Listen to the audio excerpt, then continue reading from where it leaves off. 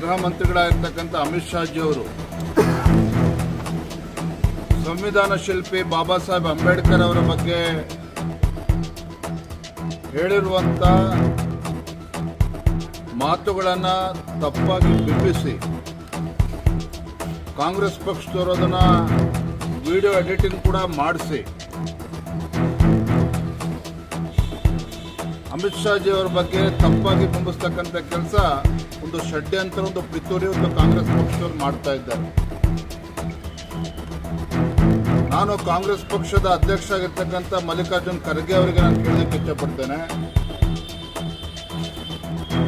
ಬಾಬಾ ಸಾಹೇಬ್ ಅಂಬೇಡ್ಕರ್ ಅವರಿಗೆ ಅವಮಾನ ಮಾಡಿರ್ತಕ್ಕಂಥ ಪಕ್ಷ ಯಾವ್ದಾರು ಇರೋದು ಕಾಂಗ್ರೆಸ್ ಪಕ್ಷ. ಕಾಂಗ್ರೆಸ್ನವರು ಇವತ್ತು ಬಾಬಾ ಸಾಹೇಬ್ ಅಂಬೇಡ್ಕರ್ ಅವರಿಗೆ ಅವಮಾನ ಮಾಡಿರ್ತಕ್ಕಂಥದ್ದು. ಯಾವತ್ತೂ ಕೂಡ ಅವರಿಗೆ ಗೌರವನ ಕೊಡ್ತಕ್ಕಂಥ ಕೆಲಸ ಕಾಂಗ್ರೆಸ್ನವ್ರು ಮಾಡಲೇ ಇಲ್ಲ.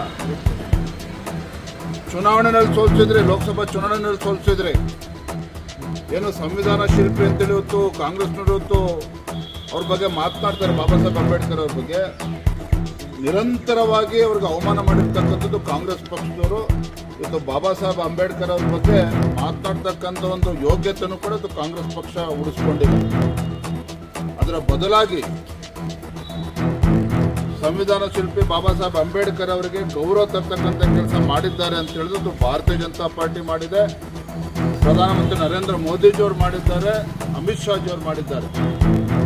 ಬಾಬಾ ಸಾಹೇಬ್ ಅಂಬೇಡ್ಕರ್ ಅವರ ಜೀವನದಲ್ಲಿ ಪ್ರಮುಖ ಸ್ಥಳಗಳನ್ನು ಇವತ್ತು ಪಂಚತೀರ್ಥಗಳನ್ನಾಗಿ ಇವತ್ತು ಅಭಿವೃದ್ಧಿಗೊಳಿಸಿ ಇವತ್ತು ಇಡೀ ಪ್ರಪಂಚಕ್ಕೆ ಬಾಬಾ ಸಾಹೇಬ್ ಅಂಬೇಡ್ಕರ್ ಅವರ ಒಂದು ಗೌರವನ ತರ್ತಕ್ಕಂಥ ಕೆಲಸ ಭಾರತೀಯ ಜನತಾ ಪಾರ್ಟಿ ನರೇಂದ್ರ ಮೋದಿಜಿಯವರು ಮಾಡಿದ್ದಾರೆ. ಇದನ್ನು ಬಿಟ್ಟು ಇವತ್ತು ಕಾಂಗ್ರೆಸ್ ಅವರೇನು ಪಿತೂರಿ ಷಡ್ಯಂತ್ರ ಮಾಡ್ತಾ ಇದ್ದಾರೆ. ನೆನ್ನೆ ನೋಡಿದ್ರೆ ಸನ್ಮಾನ್ಯ ಸಿದ್ದರಾಮಯ್ಯನವರ ಟ್ವೀಟ್ ಅನ್ನು ಕೂಡ ನಾನು ಗಮನಿಸಿದ್ದೇನೆ. ಸಿದ್ದರಾಮಯ್ಯನವರೇ, ಭ್ರಷ್ಟಾಚಾರದಲ್ಲಿ ಮುಳುಗಿರ್ತಕ್ಕಂಥ ತಾವುಗಳು 3 ತಿಂಗಳ ಹಿಂದೆನೇ ತಾವು ಮುಖ್ಯಮಂತ್ರಿ ಸ್ಥಾನಕ್ಕೆ ರಾಜೀನಾಮೆ ಕೊಡಬೇಕಾಗಿತ್ತು. ಅದನ್ನು ಮಾಡಲಿಲ್ಲ ನೀವು. ಈಗಲೂ ಕೂಡ ಕಾಲ ಮಿಂಚಿಲ್ಲ. ಮುಖ್ಯಮಂತ್ರಿ ಸ್ಥಾನಕ್ಕೆ ರಾಜೀನಾಮೆ ಕೊಟ್ಟು ನಿಜವಾಗ್ಲೂ ಕೂಡ ನೀವು ಪ್ರಾಮಾಣಿಕರಾಗಿದ್ದರೆ ಇವತ್ತೊಬ್ಬ ದಲಿತರನ್ನ ಮುಖ್ಯಮಂತ್ರಿ ಮಾಡೋದಕ್ಕೆ ಅವಕಾಶ ಮಾಡಿಕೊಡಿ.